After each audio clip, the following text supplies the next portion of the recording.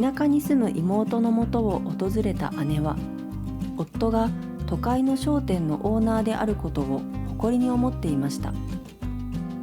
一方、妹の夫は小さな村で農業を営んでいました。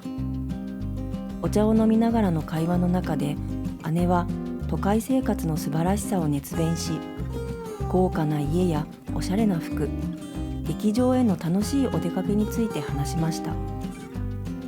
これに対して妹は少し動揺しつつも、農村での生活の良さを主張し始めました。私はあなたと生活を交換したいとは思わないわ。私たちは質素だけどそれで十分。あなたは素敵なものをたくさん持っているけれど、それがいつまで続くかわからないわ。私たちはお金持ちじゃないかもしれないけれど、いつでも食べるものには困らないのよ。と妹は言いました。姉は笑いながら、豚や牛と一緒に暮らすなんていい暮らしとは言えないわ。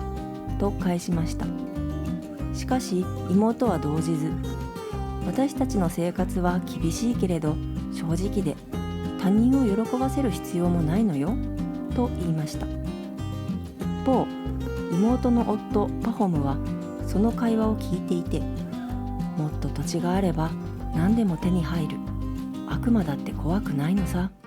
と心の中で思いました。話が終わると姉妹は寝室に向かいましたが、悪魔は隠れてこの会話を聞いていて、パホムを騙そうと決意しました。村の近くには広大な土地を所有する女性がいました。彼女は基本的には村人たちに親切でしたが、厳しい管理人を雇っており、小さな違反にも罰金を課すようになっていました。パホムは注意深く行動していましたが、自分の家畜が彼女の土地に入ってしまうと罰金を支払わなければなりませんでした。これに腹を立て、家族に当たり散らすようになりました。やがてその女性が土地を売りに出すという噂を聞き、近くの宿屋の主人がそれを買おうとしていると知りました。そこで彼らは女性に直接土地を売ってもらえるよう頼みました。村人たちは共同で土地を購入しようとしましたが、意見がまとまらず、最終的には個々に土地を購入することになりました。パホムは隣人が広い土地を手に入れていると聞いて嫉妬しました。管理人の罰金で生活が苦しくなっていた彼は、自分も土地を手に入れる必要があると感じました。妻と一緒に資金を工面し、女性から土地を購入しました。自分の土地を持てたことを喜び、一生懸命働きました。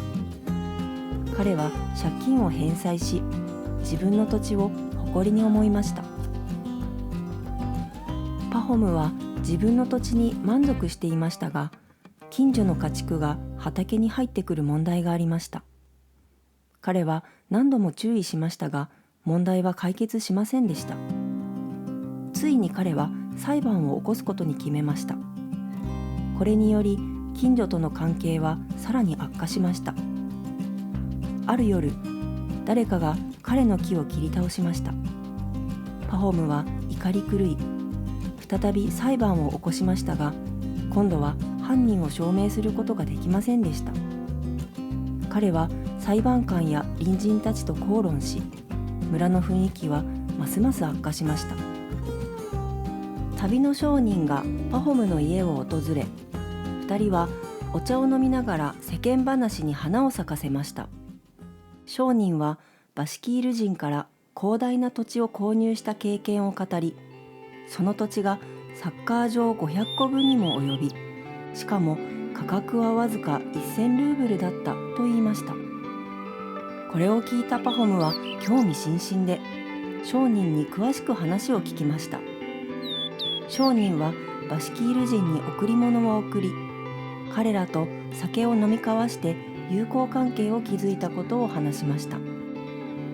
商人の話を聞き終えると、パホムは、あの土地に行けばどれだけ広い土地を手に入れることができるだろうと考えました。パホムはその土地への行き方を商人に尋ね、自分の目で確かめる決意をしました。家のことは妻に任せ、労働者一人を連れて旅立ちました。商人のアドバイス通り、バシキール人への贈り物を用意しました。長い旅を経て、彼らはついにバシキール人の土地に到着しました。バシキール人はテントで暮らし、農業をせず、多くの動物を飼っていました。彼らは幸せそうで、あまり働いている様子はありませんでした。バシキール人は非常に友好的でしたが、ロシア語はほとんど話せませんでした。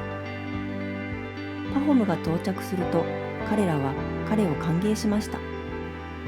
座る場所を与え、お茶を飲ませ、食べ物を与えました。そしてパホムは用意した贈り物を渡しました。通訳を通じてバシキール人はパホムが望むだけの土地を提供すると言いました。これを聞いたパホムは興奮し、土地を手に入れたいと申し出ました。そんな折、村長がやってきて、パホムに土地を提供することを喜び、1000ルーブルで1日に歩ける範囲の土地を提供すると言いました。パホムは驚きつつも喜び、すべてが正式な手続きであることを確認したく、証書の作成を求めました。2人は証書を作成し、町に行って交渉人のもとで封印を受けることに同意しました。パホムは興奮し、手頃な価格で広い土地が手に入ると信じました。パホムはその土地の広さに驚きましたが、村長から日没までにスタート地点に戻らなければ土地はもらえずお金も失うという厳しいルールを説明されました。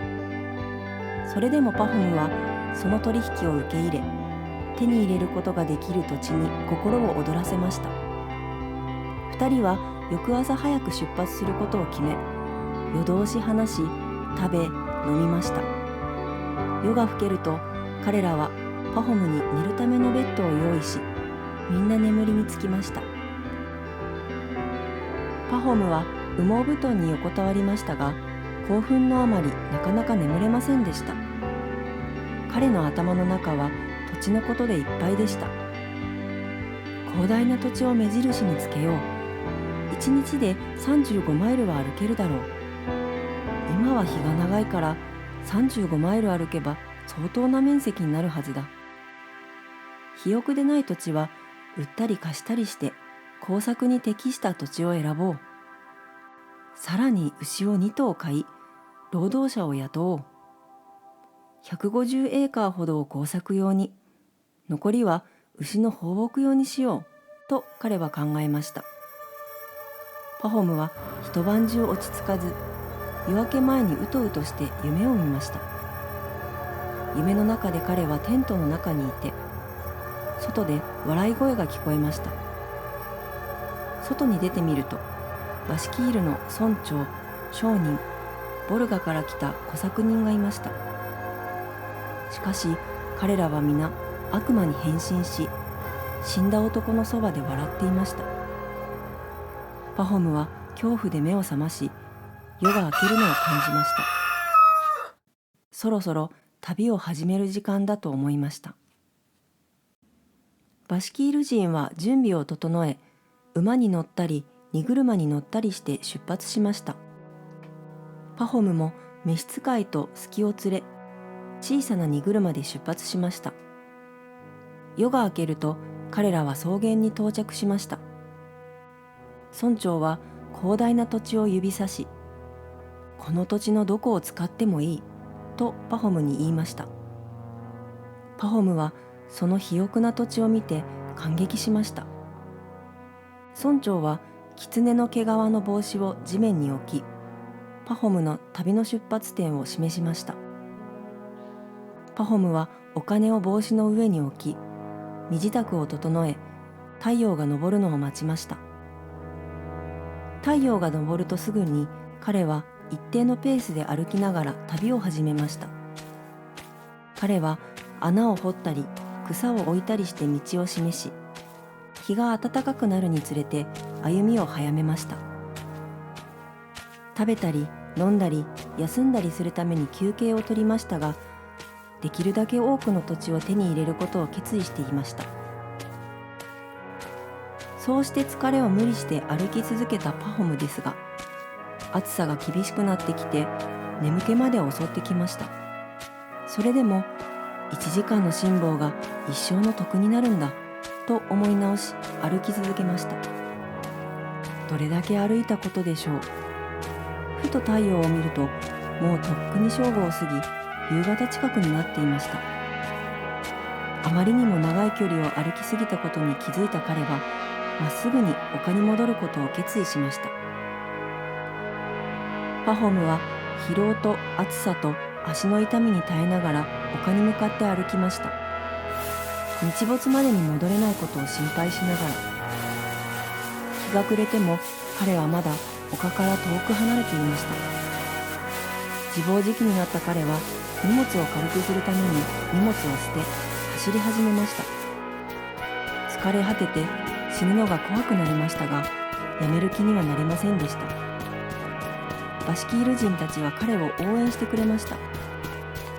最後の力を振り絞り、パホムは村長の帽子にたどり着きました。ああ、なんて立派な男だ。村長は叫びました。彼はたくさんの土地を得た。パホムの召使いが走ってきて彼を起こそうとしましたが、口から血が流れているのを見て驚きました。パホムは死んでいました。バシキール人たちは舌打ちをして憐れみを示しました。彼の召使いはスコップを取り、パホムの頭からかかとまでが入るように、ちょうど183センチだけパホムのために墓穴を掘りました。そして彼をそこに埋めました。